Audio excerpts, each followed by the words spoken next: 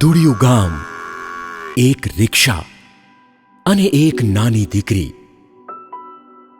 જાણે કંઈક એવું જોયું કે આખું ગામ ચૂપ થઈ ગયું. દરરોજ એ ચાલતી એ જ રસ્તા પર, પણ એ દિવસે એની આંખોમાં કંઈક અલગ ચમક હતી. પિતા નથી, સપના છે, અને દુનિયા કહે છે આ શક્ય નથી.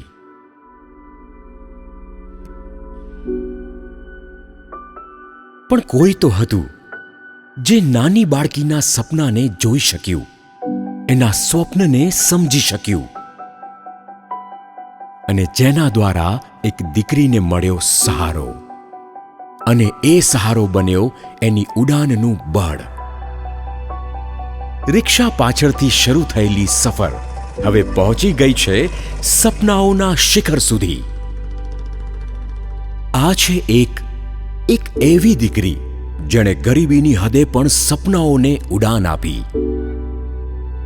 આ છે દીપમાલા મેઘનાથીની સાચી કહાની.